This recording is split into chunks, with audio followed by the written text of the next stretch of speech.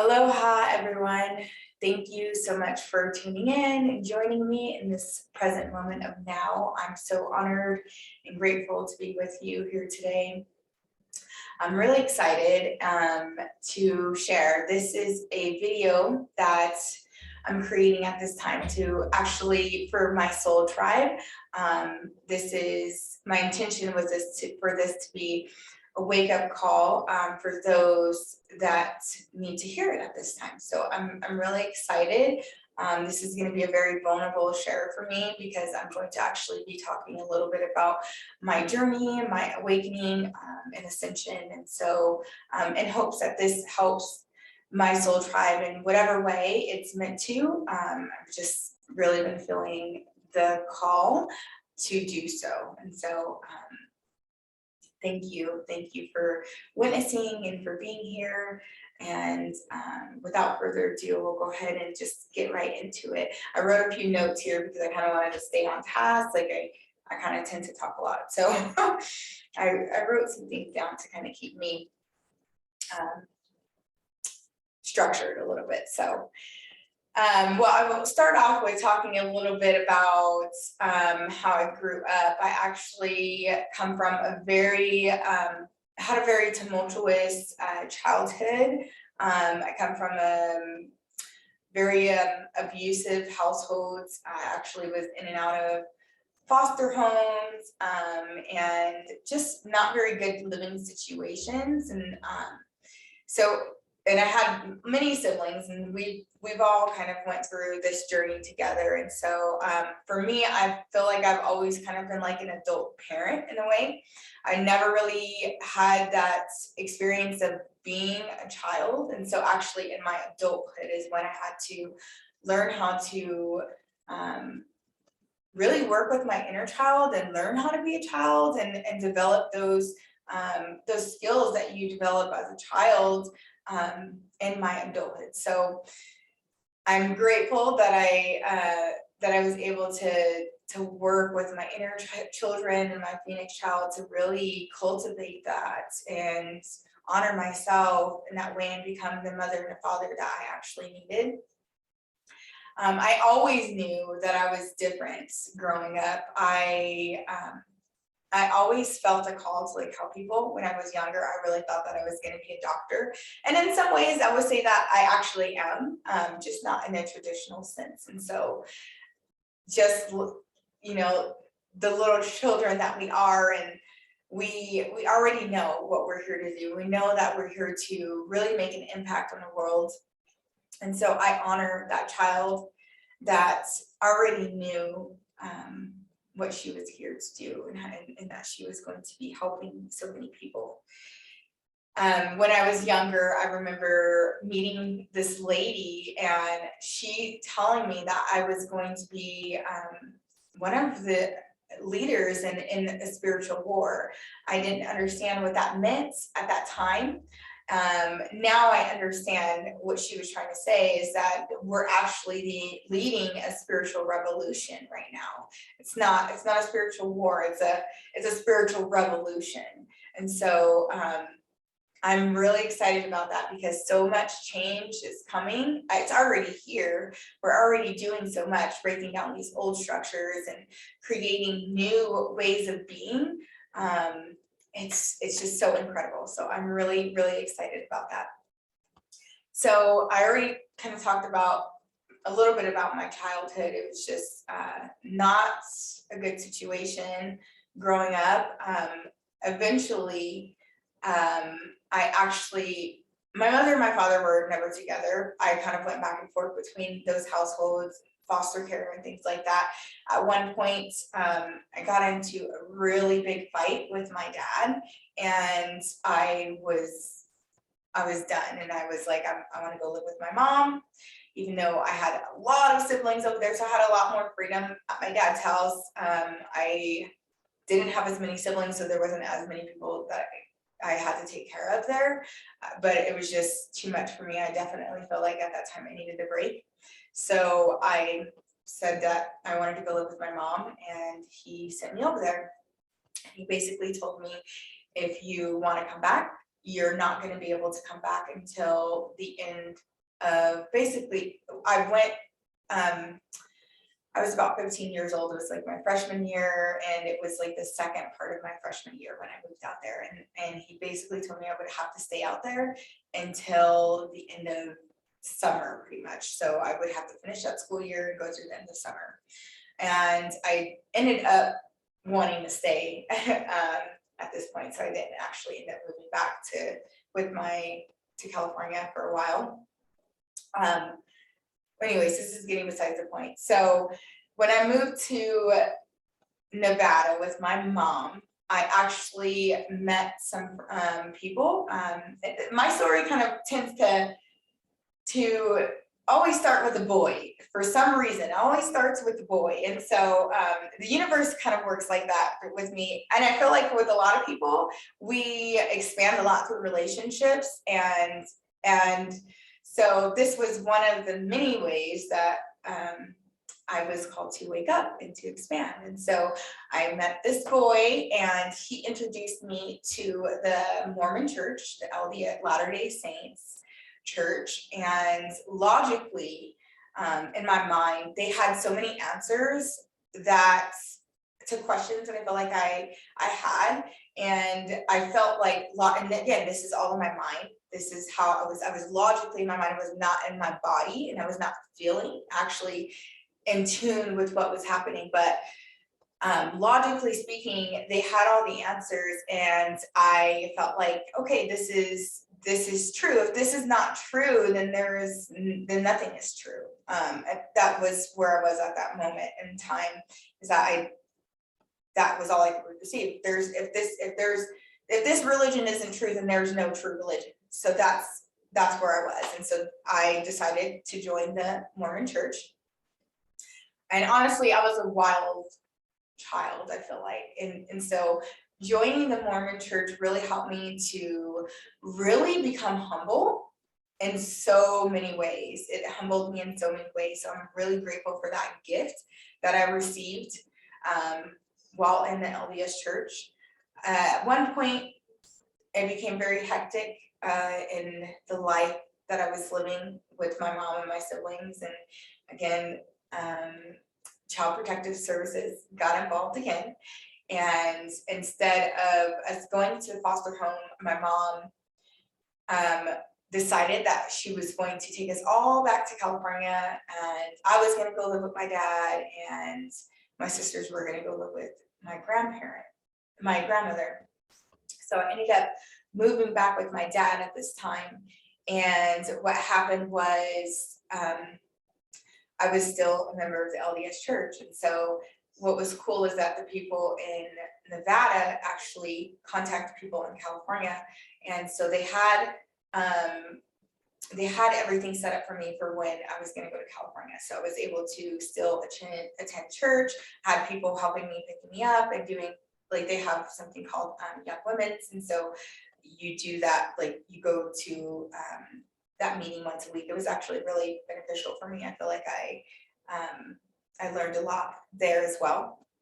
And so at that time, going into that church, the person that was the Young Women's, I can't remember the title right now. She was basically the leader for the Young Women's group. And I got really close with her and her family, and I actually ended up moving in with this family. And I will honestly say this was the first taste of a normal family that I had received in a really long time. Because even going into foster care and the foster homes, there was lots of abuse, lots of things happening that were not good at all. So this Mormon household that I lived in was the first taste of what a real family should look like. I wouldn't say should, but like what it could be like to have more of a harmonious family life that wasn't crazy, that wasn't abusive, and that so I'm just super grateful for them, because I feel like I gained so much in that household. And I love them so much. I'm so grateful for them. There was at one point in my journey where I had to step away because I was going through my awakening, and I had to completely leave all the Mormon everything behind. I had to completely step away from that. And so that meant stepping away from this family, even though it really hurt my heart to do so. I felt a lot of sorrow, but it was something that I had to do so I could really step into the fullness of me. And so, yeah, so going from that, being in this family, they actually helped me get all the way through high school. And I actually ended up going to Brigham Young University, which is in Utah. So I ended up moving to Utah. I left all of my family. I knew absolutely nobody in Utah, and I went to Brigham Young University. I just knew that that was the place that I had to be, where I needed to go, and so I went. Very courageous and brave even then. And so I'm grateful, and I honor that beautiful teenager that I was at that time, and the beautiful teenager that is within me. Thank you for everything that you did. So I went to Brigham Young University, and at Brigham Young University, I actually met my partner at that time. We ended up getting married. I got engaged, let's see, I got engaged at 19 years old, and then I got married. And I knew that I should not marry this person. I knew I shouldn't marry this person. But I was in that Mormon church, and this person, I actually ended up losing my virginity and being with this person. So with this person, I had a lot of unworthiness that I was working through and dealing with. And at that time, being in a Mormon church, I just thought, you know what, I'm going to hell. Number one, I'm going to hell. Nobody's gonna want me anymore after this, after I've already had sex. And so there's a lot of sexual repression and trauma, and just a lot of unworthiness. And so if there's anything that I can tell to the kids out there, and especially to the LDS kids, is that you're always worthy. You are never unworthy. And that is like the biggest takeaway that I feel like I received from going down that road of being in that church and finally leaving it and stepping into my power. So I married this guy, and it was interesting because the day of actually coming down, we went to California to get married. And as we're driving to California, we are just completely just arguing, fighting the entire time. So like, if that wasn't a sign, I don't know what was. Like, that was a clear sign that I should not be marrying this person. And we still did it anyways. We got to California. I would say my Mormon mom, because I called them mom and dad. They helped like with the wedding and a lot of things. The day before the wedding, she told me, you don't have to marry this guy. And she said that. I received the message, but in my mind, again, with the unworthiness, I thought, well, yes, I do. I made my bed, and now I have to sleep in it. It's over, it's done. Like, I've made my bed. So now I have to stick with this person because that's all there really is for me. And so I ended up marrying him, and really horrible marriage. Yeah, a lot of physical and emotional abuse. We had 2 children. Very grateful for them. Honestly, I feel like this person came into my life not only to show me where, like, I was learning about my intuition. Going back, I can see clearly how I was being intuitively guided, and like what was a no and what was a yes. At that time, I wasn't as tuned into it. But I do really feel like I was meant to meet this person. I was meant to get married to him, even though it was not right because I had to go through that path. So that way it helped me to awaken to who I really am. And so I do feel like we were meant to have these two beautiful children. They are warriors and very divine. And so I'm very honored and grateful to be their mother, and grateful that they chose me as well. After I had my second child, the marriage just became way, way worse. The abuse became really bad. And at one point, I actually ended up meeting somebody. And this person, unbeknown to me, was actually my karmic twin. And so I met him, and this actually kind of catapulted where it was like, okay, I'm ready to actually move forward with a divorce. So I actually ended up getting a protective order, going through the situation that I was going through. And that protective order made it possible for me to finally move into getting a divorce. And so I got a divorce with this person, and I ended up going from that relationship really right into a relationship with my karmic twin. At the time, I didn't know, at the very beginning, I didn't know that he was a twin soul. What happened was we just like a really intense connection that we had. He really helped me to open up my second chakra and really heal a lot of the sexual trauma that I had. And so I'm very grateful for that. We went to a reading together. And this was it wasn't the very first tarot card readings that I had, but it was the very first tarot card reading that I had being an adult, and really fully kind of understanding what I was doing and what was happening, because I had kind of played with cards when I was younger, but playing with those cards, like I remember my uncle like walking in when I was playing with the cards and like being super scared and saying like that's Satan, that is a devil, and like I got scared and I threw them away. So this was like the first time of me like kind of stepping back into spirituality. I mean, everything is spiritual, so really everything is spiritual, but I stepped more into that. So we went to this reading, and this lady who's now one of my best friends, I'm so grateful for her and everything that she's done for me. She really mirrored to me something I was interested in.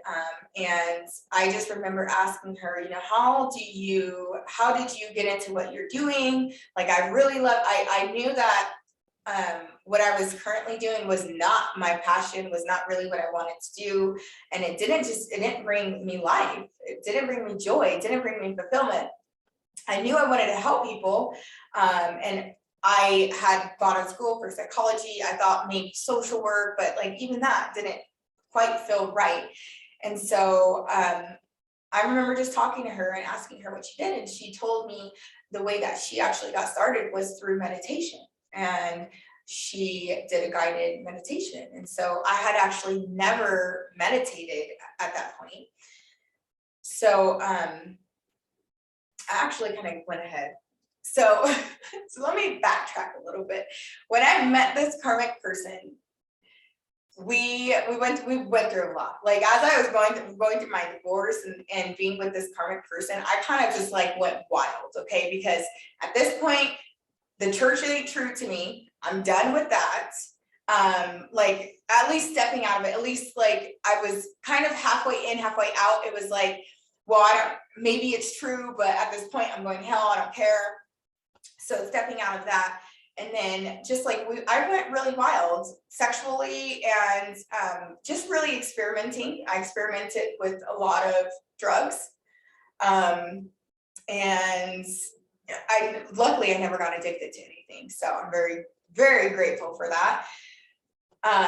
And then, yeah, so things just kind of started happening. And then we went to this card reading, and then back to where she was telling me about meditation is kind of how she got into it. So I had that interest there. And I remember going home and meditating for the first time.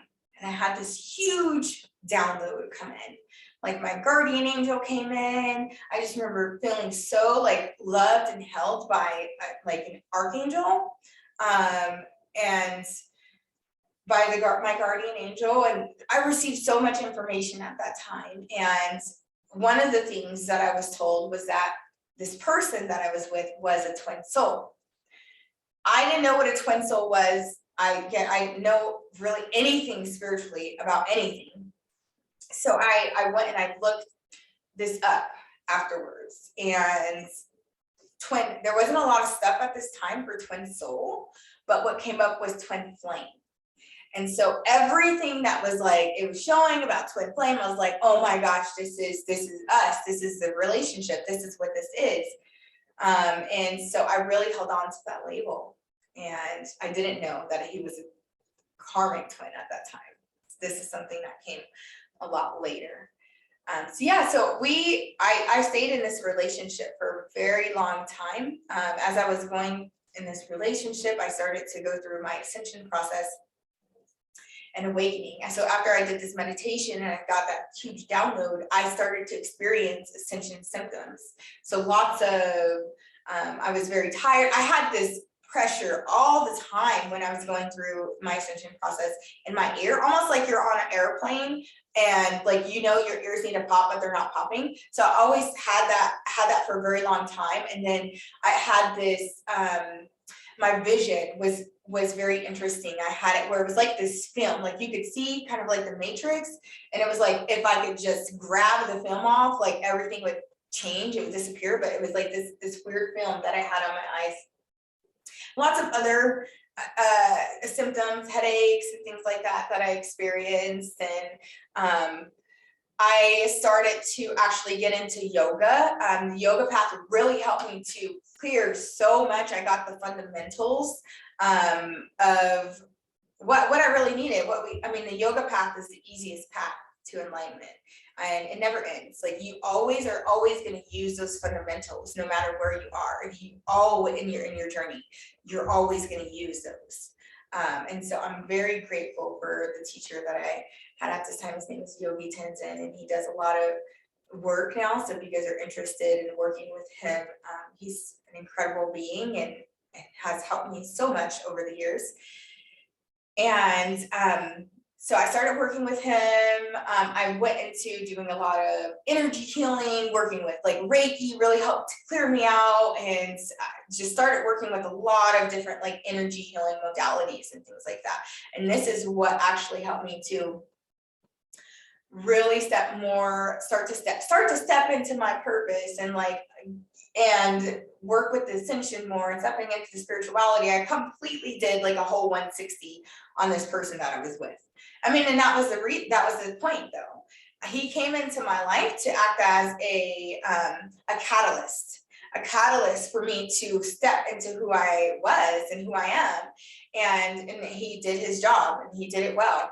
And being in this relationship though, I wasn't experiencing any physical abuse, but I was experiencing a lot of emotional abuse.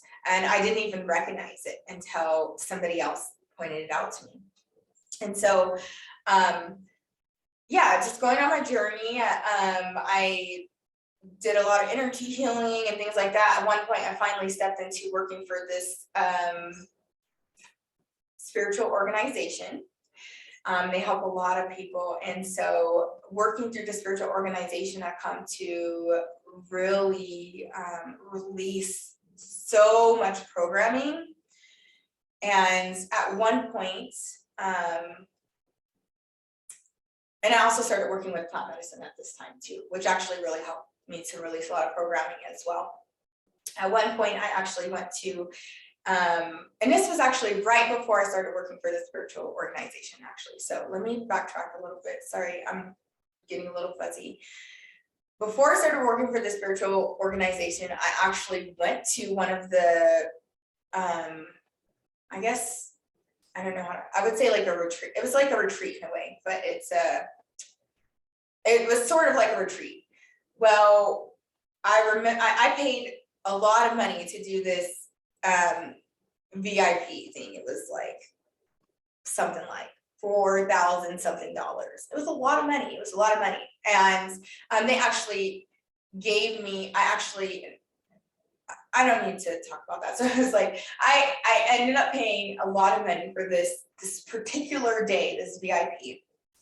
And I remember feeling in my belly the day before, oh, something big is about to happen. Like I just felt super uneasy, like a lot of change is gonna come.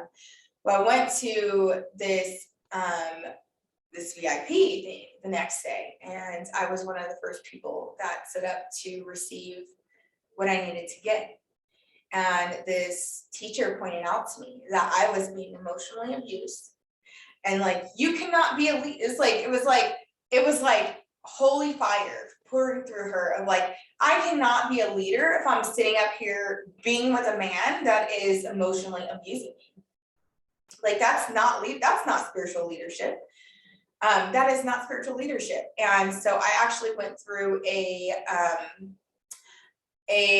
exorcism, and it was an exorcism of a pattern of the abuse pattern, and letting those abuse demons release through me and leave, so I could be free of that. Well, needless to say, I was obviously not going to go back to that relationship, and the funny thing about it is that we got into a huge fight a couple of days before that I actually left to go to this retreat. And so this was actually the breaking down of that. Like we both knew something was going to happen, obviously, and then it actually coming into form. Because it already everything happens already in the ether. The last place that it happens is in the physical form. So when it finally reaches the physical form, that is completion. That is when you're at a 9. That is like, okay, everything has finally manifested and it's here now. It always happens above first and then below. So this was just its way of showing, oh, this is something big is about to happen.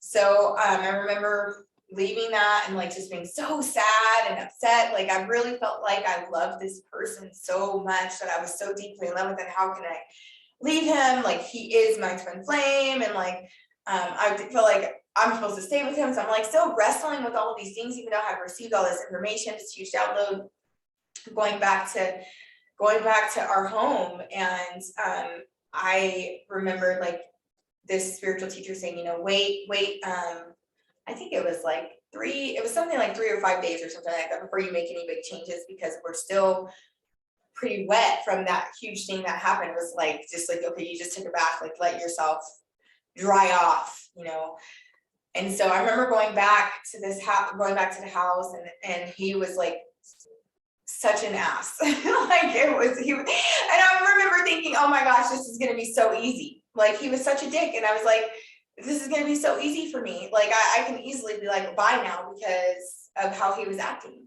And then it was like the day before I was going to tell him, we're done. We're not going to be together.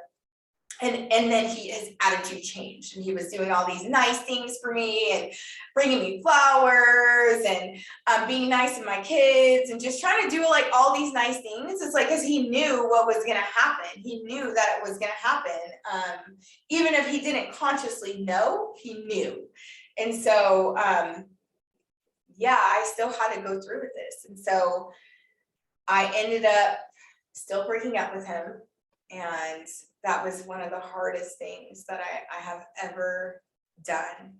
It's even harder than going through my divorce. It was even harder than going through. It was like going through a second divorce, even though we weren't even married, because I was so attached to this person. And it was like dissolving everything that I thought I was going to have with this person. And like just everything just collapsing, all of the timelines collapsing. And so finally, I had to leave this person, and we did a lot of back and forth. Like we never got back together, but we were still intimate with each other for a very long time.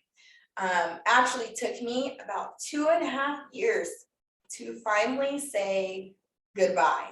Finally. Like to finally just really walk away and close the door, close out all the timelines completely. It took that amount of time. But I was like holding on so tightly. I remember my guides giving the analogy of like, you know, you're going down the waterfall or like you're going down the river or something like that. And I'm pushing up against the current. And that's what I was doing. I was pushing up against the current because I was just holding so tightly. It could have been so much easier if I would have let it be. But at the same time, I feel like I went through that so I could also support a lot of people. So I'm grateful for the experience. Yeah, I wish I would have let go a lot sooner though, because little did I know how much goodness was waiting for me. I mean, I was told that it was, but you just don't know, until you're experiencing it, right? It was so hard going through that. And I just remember when we first broke up, like, and I ended up moving to a completely another city. I left everything. Like I just had it's completely starting over. It was like being homeless all over again. Like, so I ended up moving with my mom. Thankfully, she was able to accept me and my kids. And that was like the hardest winter. It was during winter time too. So it was winter, it's snowing, it's cold. I'm going through heartbreak. I just cried every single day. I cried every single day for probably about like at least 6 months. At least 6 months, I was crying every day. And I felt so alone. I felt so alone, and I wasn't alone. That's the thing, is that we make ourselves be and feel so alone. But there's so many people that could have helped support me through that if I would have let them. If I would have shared what I was going through, if I would have opened myself up to receive the support that I need. So if any of you are going through this right now, just know that there's so many people that want to help you and want to support you, and you don't have to go through this alone. We're not meant to. We're not meant to do this alone. And even if you don't want help from people on the physical, you have a whole team that's waiting there to be there for you. And when I was going through this, I didn't even want their help. I was like, why are you guys doing this to me? Why are you making me go through this? Like, I just kept questioning, why is this happening to me? You know, and nothing's ever happening to you. It's always happening for you. It's always happening for you. And so let it happen for you. Let it happen.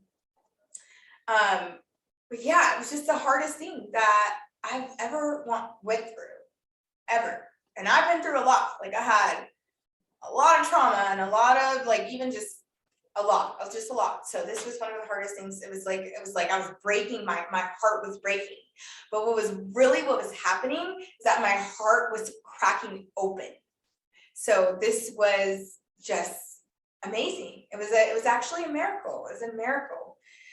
And so, yeah, so I went through this process of going through this, kind of going back to what happened as I was going through this. I actually started working for this spiritual organization and container. And so much started shifting. I feel like I had a lot of beautiful friends and amazing people that like started to come into my life, and just a lot of shifting happened, just more abundance. And I didn't have like, you know, any romantic things like really happening for me, but I had so much love in other ways that was pouring in for me, and so many friendships that were coming.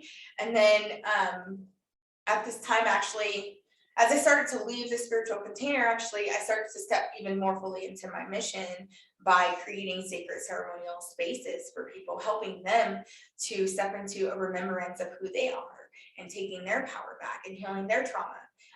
And it's just been such an amazing journey with that. And I'm just been so honored and grateful. Like, I've met so many amazing people that I would have never met if I didn't do the work that I did and step into this and say yes. And like, it was so hard for me to leave the spiritual container because I had met so many beautiful souls and made so many amazing connections. And I love this container so much. And I knew how much good work they were doing for humanity. And how could I leave this, you know? But I had to leap, I had to jump. And the thing about that one, it was stepping out of, like, I was so coming from before I even stepped into the spiritual container, I actually had like a regular job where I was like, you know, working a 9 to 5, earning money, and like I always knew how much money I was going to be bringing in. Well, as I left that part, I stepped into the spiritual container, and I and it was more sovereign. So I was actually working, it wasn't, I had like an array of hours that I could work, but it wasn't like I was always gonna be working that amount of hours. I always knew how much I was gonna make. But I had a gist. So I stepped from that into this other thing, and I was making more money, and it was more sovereign. I had more freedom in my schedule, and I was able to work from home. And then as I started to step into creating sacred ceremonial space, this is where the leap occurred, because there was no guarantee how much money I was gonna make. There was no guarantee of the amount of hours that I was gonna get, no guarantee for the clientele I was gonna get. There was none of that. So this was very scary for me, but my heart was just screaming yes. And I had to do it. I had to do it. And I jumped and I took the leap. And guess what? Spirit caught me.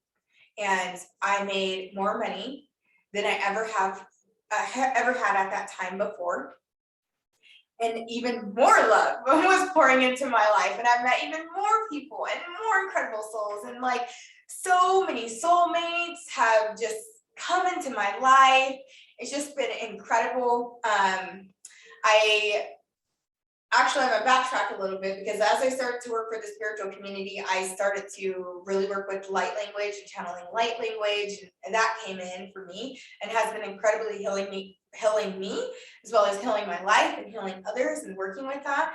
And yeah, so it's just been incredible, like working with the light language and then working with creating sacred ceremonial space, working with lots of different beautiful medicines that they're just so healing. And so I'm just so grateful and honored. Again, I've had just being in complete like ecstasy and bliss and joy like all the time. It's just like, whoa.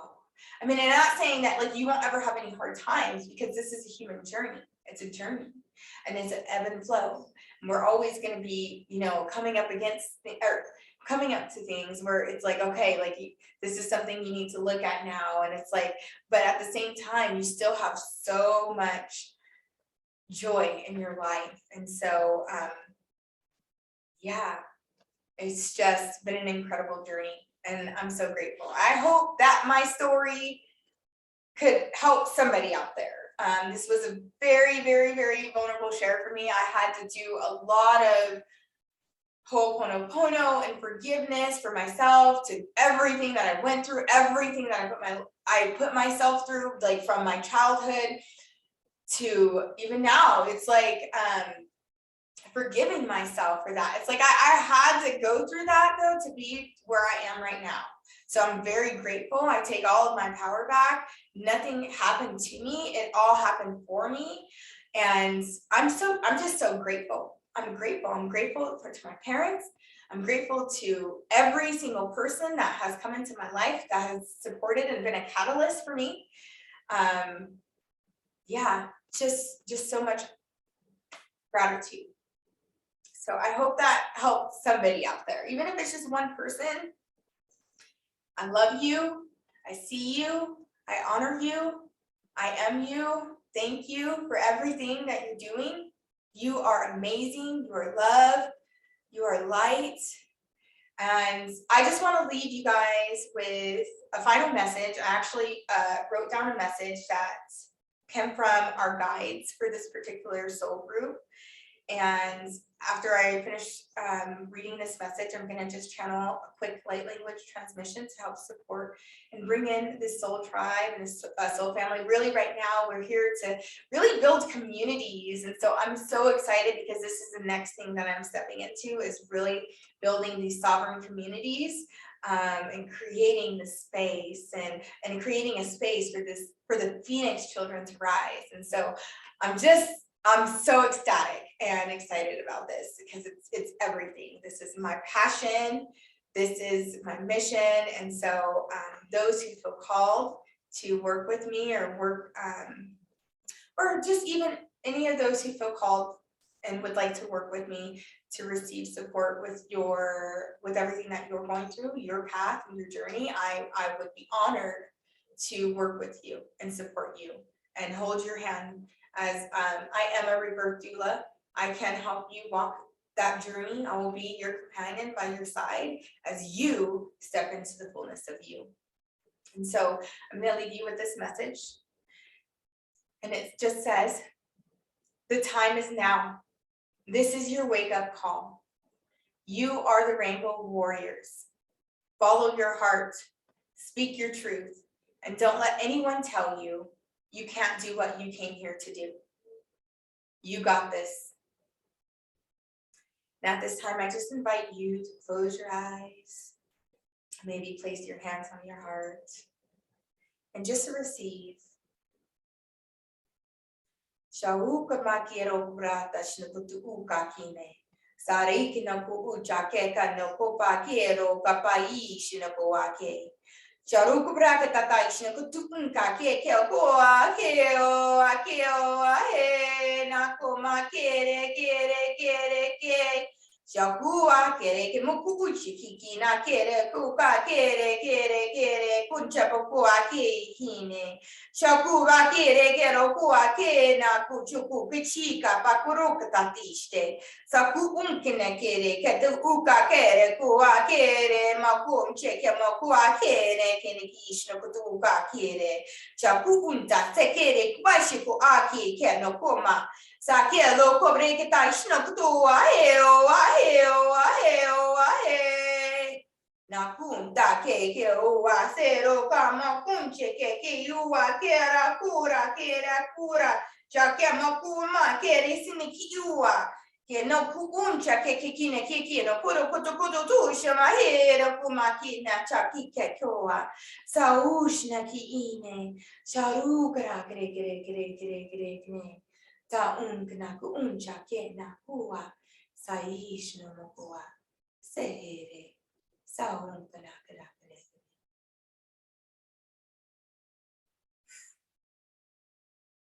was just a beautiful heart opening. It's a call in the tribe, the gathering. I'm honored and grateful. Thank you for being you. Thank you for being brave, for having strength, for being courageous and walking the path that you're walking. I love you. I love you so much. Thank you. Infinite gratitude. Aho.